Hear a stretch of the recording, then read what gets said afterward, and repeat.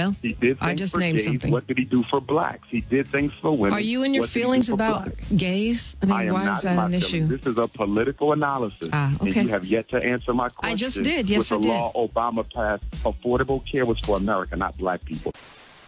Where is the school that you have been collecting money to build for years now? People are wondering, when is that actually going to happen? And is Dr. Umar Johnson just ripping people off?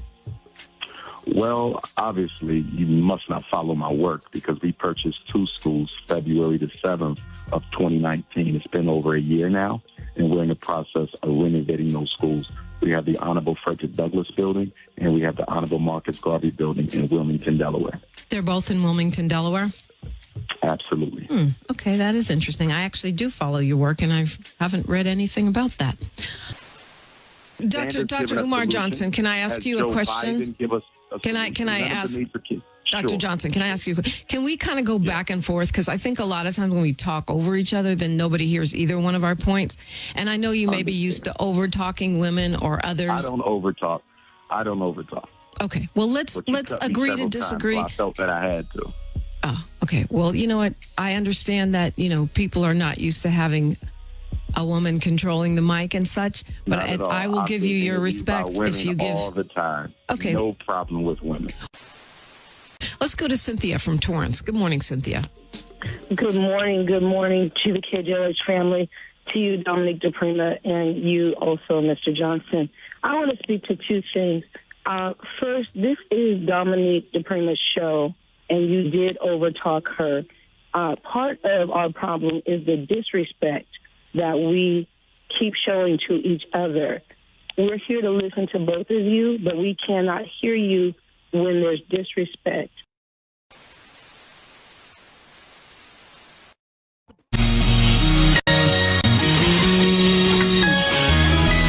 .15 in the morning. I'm Dominique Diprima. You know that. It's Radio Free 102.3 KJLH. Keep listening for your chance to win a family 4-pack of tickets for 1 day, 1 park to Disneyland or Disney's California Adventure Park from 102.3 Radio Free KJLH. That sounds like fun, especially if you can get out there during the week when the lines are short. All right, it is Third Eye Thursday. Thought I wouldn't Thursday. Call it what you will. It's Thursday in America. And we have a special guest joining us today on the phone. He's a doctor of clinical psychology, a certified school psychologist. He's also an author.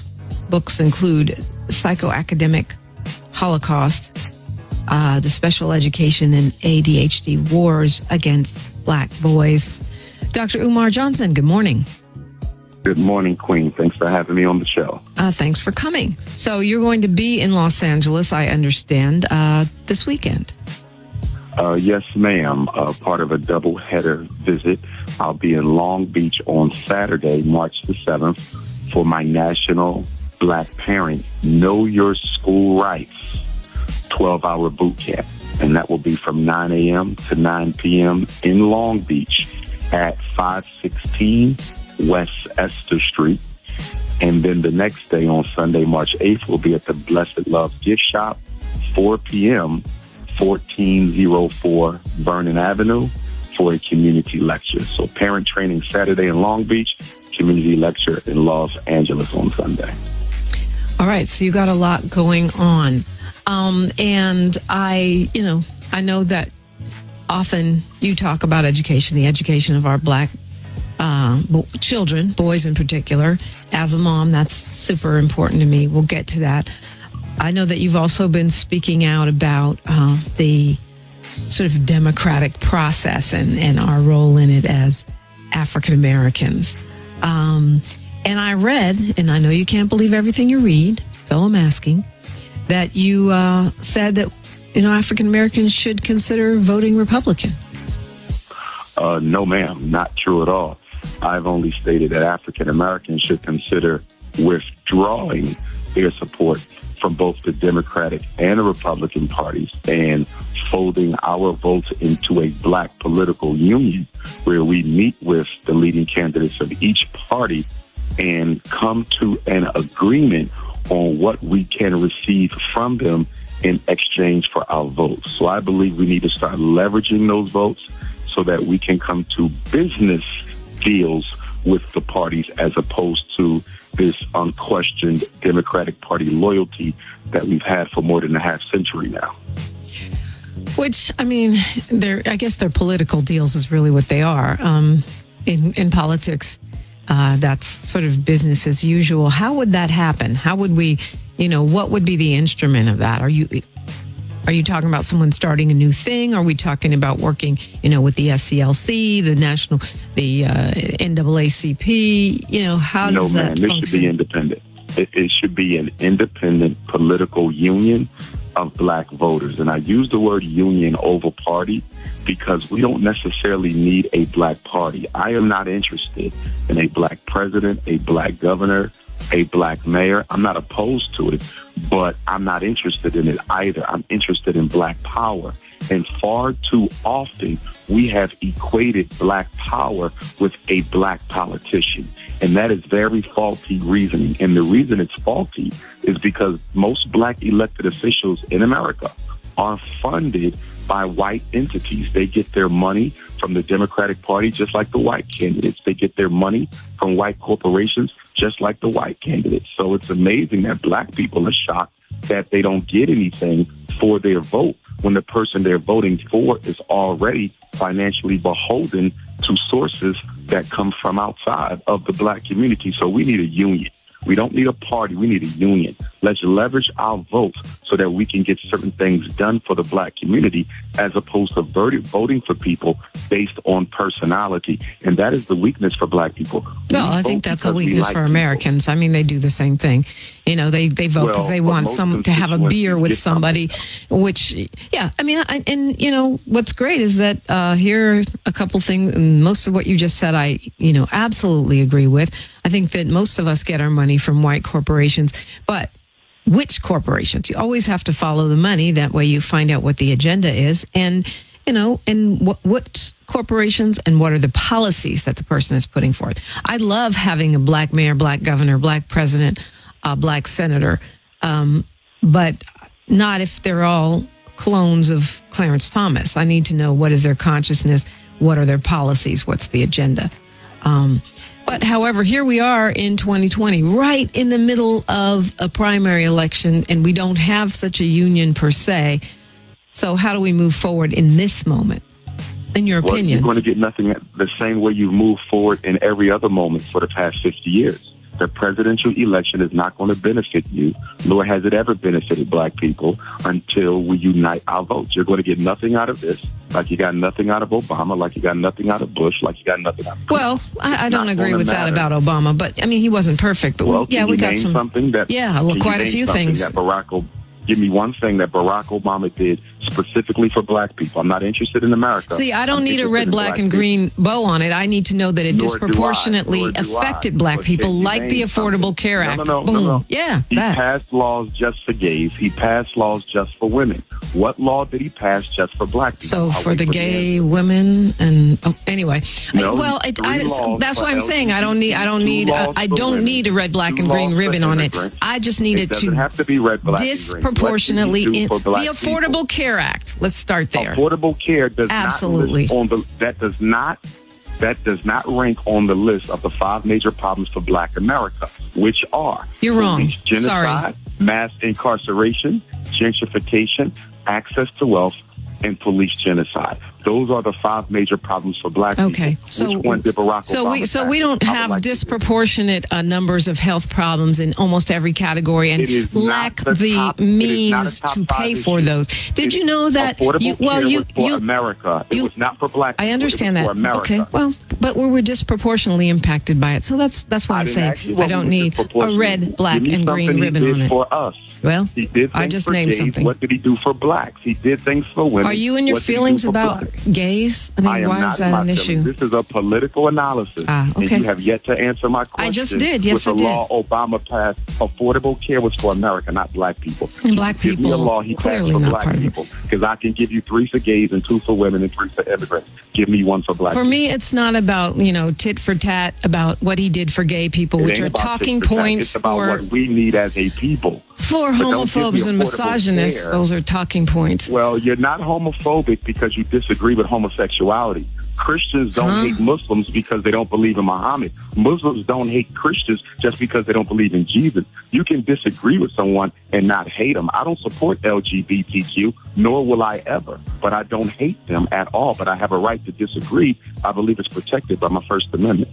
Well, you have a right to say what you want, but to say I don't agree with your existence is pretty much I didn't saying... say I don't agree with your existence. I don't agree with your behavior. Homosexuality is a behavior. You act it. Being black is a reality. You be it. Okay, so we'll just agree to disagree because I don't want to get stuck on one particular point. But I will add that the leading cause of bankruptcy among all families is medical bills. So I think, if you list wealth as one of your top five... Job to go bankrupt, though. What about if you don't have a job to go bankrupt with? You can still get kicked out of your apartment and end up homeless on the streets like we have in L.A. Homeless? Well, are you aware that Black America has experienced one of its highest homeless rates in the past 50 years? Dr. Johnson, I live in L.A. I would have to be completely comatose not to know that, living in L.A., as you will see when you arrive. But you just said people getting kicked out of their apartments, but if we admit that homelessness is an issue for African Americans... Well, that's why folks are homeless, yeah. Kicked out. Yeah. But what about those who have already been on the streets for years? In many cases, they could not afford medical care. Some need substance abuse treatment. Some need mental health treatment. Okay, for you. Even with the Affordable Care Act, many African Americans still suffer racism in the medical industry. Of course, but that's a separate issue. I mean, It is not a separate issue. It is quality assurance. Whether or not I can afford to go and get my medicine is a separate issue as to whether or not the doctors underprescribe painkillers. Education, mass incarceration, access to wealth, and gentrification. I understand Those are the 5 major problems. Okay, so Dr. Umar Johnson, can I ask you a question? Can I ask... Dr. Johnson, can I ask you, can we kind of go back and forth? Because I think a lot of times when we talk over each other, then nobody hears either one of our points. And I know you may be used to over-talking women or others. I don't over-talk. Okay, well, let's agree to disagree. So I felt that I had to. Oh, okay. Well, you know what? I understand that, people are not used to having a woman controlling the mic and such, but I will give you your respect if you give... all the time. Okay. No problem with women. Well, I will give you your respect if you give me mine. How about that? Can we make that agreement? That way everyone can hear both points of view or all points of view, and they can even call 520-KJLH, 520-5554. So you're talking on Saturday in Long Beach about... Yes, training on Saturday. Training, right. Not electors, it's training. Yes. Okay, but you're training parents. Yes, and anyone else who wants to learn. It's not limited to parents. And what's the basic... what would you title that? What's the basic agenda as far as what you want parents to do more of or know more of? To know their school rights, to understand how the school-to-prison pipeline operates and how they can intervene on behalf of their child at every step of the process. So in those 12 hours, we're going to go over what exactly is a psychological evaluation, what are the components, what is an IEP, what are the components, what are your rights to object to getting that done. If your child is in special ed, how can you get them out? How can you force the school district to pay for a private school if they're not properly being educated? What are your rights to vaccination? What is ADHD? Can schools force you to get your child evaluated? Every person who attends will get a training packet that they will keep with them forever. That will be their resource packet. And we're literally going to cover about 30 different topics in the course of those 12 hours. And we literally use all 12 hours. All right. So pack a lunch. Why are Black children, and particularly Black boys, in your opinion, disproportionately placed in special ed? Okay. I'm going to give a philosophical reason followed by a technical reason. The philosophical reason is that public school is designed for the Black boys to fail, to make sure they cannot challenge white boys for political and economic control of American society. So that's the philosophy behind school failure. technically speaking, the reason so many of our boys are failing and end up in special ed, end up on psychiatric medication, is because the parents don't understand that they have a right to object. They don't understand that they have a right to say no. They don't understand that they have a right to a second opinion whenever they disagree with the initial evaluation from the school. You never have to accept what the school is selling you. You can object and get a second opinion that they must pay for. That is federal law. Now, who is the they that has designed the schools specifically for black boys to fail? Well, every state guarantees the child a right to an education. Education is not a federal law, it's a state law. And every single state spends more money on incarceration than it spends on the education of black children. So if you look at the spending as well as the policies, as well as the statistics, black boys lead in almost every negative academic outcome in America. Suspension, expulsion, emotionally disturbed, ADHD, reading disabled, math disabled, and then on top of that, they're being forced to receive their education from an overwhelmingly white female teacher corps. We can fix half of the pathology in black boy education if we give them black male teachers, but most states refuse to embark upon a task to bring more black men into the classroom. Okay, so Dr. Johnson, I mean, as a mom, Dr. Umar Johnson, I've observed and experienced my young black man, boy, facing all kinds of obstacles in schools that I know are race-based. But I don't know that I believe there's some person orchestrating, black boys to fail. I feel like unconscious bias, systemic racism, and the fact, as you point out, that the teachers are overwhelmingly white is what creates this problem.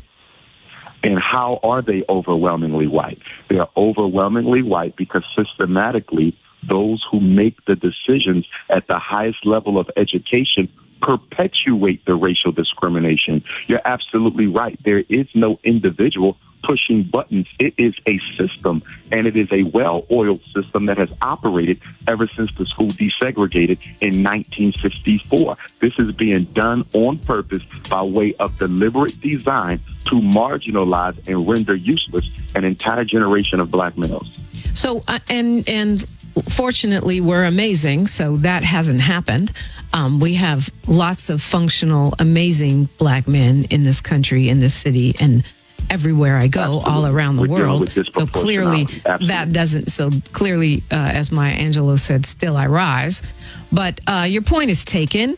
So you're saying, well, you got to know your way around it. And I would also argue that I feel like some of parents have been, I don't know if brainwashed is the right word, indoctrinated maybe to believe. Well, you don't receive an orientation. The problem is when your son shows up at kindergarten, you do not receive an orientation to public education. No one tells you your special ed rights. No one tells you that before your child is suspended, that they have a federal right to hear the charges against them, to be informed of the evidence against them, and they also have an opportunity to tell their story. Nobody tells us that. Well, and the other thing is I feel like sometimes as parents we are sort of indoctrinated to believe that medication is the easy way out. That way we don't have to blame ourselves. We don't have to do the work. We don't have to, we can just give them a pill and agree to a program and then absolve ourselves of responsibility.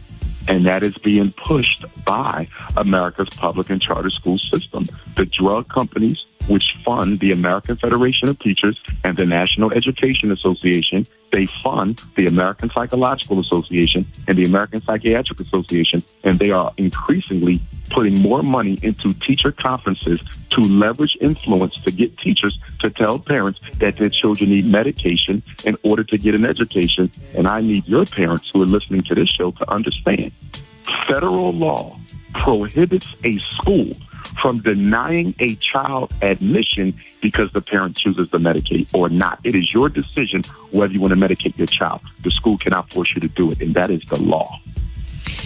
Okay, well, there's a lot of things there that we can unpack, which, we probably don't have time to do. We do have some folks that want to talk to you on the phone. Sure. But, so you're going to say take your workshop, but other than that, what do we do about it? I mean, I think, an IP, is that necessarily a bad thing? Is it necessarily a bad thing to have your child psychologically evaluated if you do it independently? I mean, I personally feel like we have many gifted and talented black boys in particular in our schools who are going undiagnosed as such and being labeled as problem children because they're too smart for what they're being taught and the way they're being educated. And as such, they become problems because they're bored as heck. And so if we had an evaluation, then we could find out that their IQs are high and they actually qualify for an IP on the other end of the spectrum. Not necessarily anymore. It depends on the state that you live in. The feds took mentally gifted out of the special ed code, which means that states are no longer required to provide it, nor do they get subsidy for it. Well, in California, you do. I mean, in California, you do. But the thing about it is it's still inadequate in most cases. Well, in Pennsylvania, you get it too, but in places like Michigan, you don't. The point is, we're seeing a drop in the amount of black children who are evaluated and classified as mentally gifted because the states are no longer being paid to find them, and it is a crisis issue. Yeah, there was a study that came out last week that found that African-American children, boys and girls, are far less likely to be referred to gifted and talented programs. Absolutely. And then they have to pass a culturally biased IQ test even when they are referred. Right, but many of our children will pass that and will, knock it out the park if given a chance. Yeah. Correct, but many of them also won't who should have because of the discriminatory nature of the test, which I give on a regular basis as a school psychologist. You give IQ tests, absolutely, and yours aren't culturally biased? All IQ tests are culturally biased. There's no such thing. It's a standardized test. That's what I'm saying. Yeah. So how do you administer that? Well, you have to administer it the way that the test is designed. We're not allowed to deviate from it. The point is, we need some culturally sensitive assessments that are put on the market that we can use that are far less likely to discriminate against black children. Testing in and of itself is intended to be racist because it replaces the Jim Crow sign as a strategy to limit the opportunity. Right, they're gatekeepers. So I assume, and I want to get to the phones, but I assume, Dr. Umar Johnson, that you are for getting rid of the SAT, as many colleges are now doing, and these other standardized tests that are used for college admissions. And you know why they're getting rid of them? Those tests have done such a good job of limiting opportunities for African Americans. They're no longer needed. It's just like the legalization of marijuana. Crack cocaine and other crimes have done such a good job of mass incarcerating black males that they no longer need to pathologize marijuana usage. Well, I think it's profit motive, but okay. Let's go to Mikael from LA because he called first. Good morning, Mikael. You're on with Dr. Umar Johnson. Shalom. How y'all doing today? The best thing for us is separation. I understood that many times, and recently the Nation of Islam had out a petition we have in our own country where we can have our own hospitals, our own gas stations, our own airlines. Right. I mean, that's not a new idea. My father talked about that in the 60s of African-American nation in the Black Belt South. It's one of the things I don't agree with my dad, may he rest in peace, about, but it's certainly been thrown around since probably Marcus Garvey, probably even before that. Your take on that, Dr. Umar Johnson? Yes. Well, I am a Garveyite. I am a Pan-Africanist. We disagree with the Nation of Islam's philosophy. We're not interested in some states in America because you're still going to be surrounded and beholden to white power. We're interested in independent lands outside of America where we can nation build. Well, we have Liberia. Issue. I mean, technically, right? Well, but Liberia is controlled by America. It's an American colony. I was just there a few years ago. It's controlled by America. But here's the issue. How can you talk about an independent country when black people don't even spend their money as a nation? $2 billion a year on Air Jordan, $4 billion a year on liquor, $20 billion a year on beauty aids. In order for us to grow to nation building, we first have to operate like an independent community. Real quick, we'll go to Stephen from North Hollywood. Hi, Stephen. Good morning. Need the short version, please. Hi. Good morning, Dominique. I just got 2 words with Dr. Johnson. You have us on speakerphone because it sounds terrible, Stephen. Not you, but your phone. Okay. I'm inside my car. I just want to say thank you, brother. And what has integration really done for us? Thank you. Okay, short and sweet. Go ahead, Dr. Umar. Well, what integration did is it allowed the white power structure to benefit off black economics. The purpose of desegregation, because remember, it was desegregation and public accommodations. It was just so white businesses could access the black dollar. That's all it was. It was the decentralization of black economic power. That's what integration was. So you also believe we should separate again and get some land in Africa and get our own nation? I mean, honestly, I that's something a lot of people do believe. I don't. We built this White House. Our ancestors' blood, sweat, and tears built this nation. We are a superpower because of black labor, and I want my 40 acres and a mule. I want to clarify repatriation because it gets oversimplified and misrepresented by people who don't understand Pan-Africanism. We believe that there needs to be a strong central government for African people on the continent. We do not believe that all Africans in the diaspora should go back home. You have a right to live wherever you want to live, but we must contribute to the building of a government that is strong enough to protect us wherever we are. Well, there are 54 nations in Africa, so an African government. And it doesn't matter which one you go to. A continental government?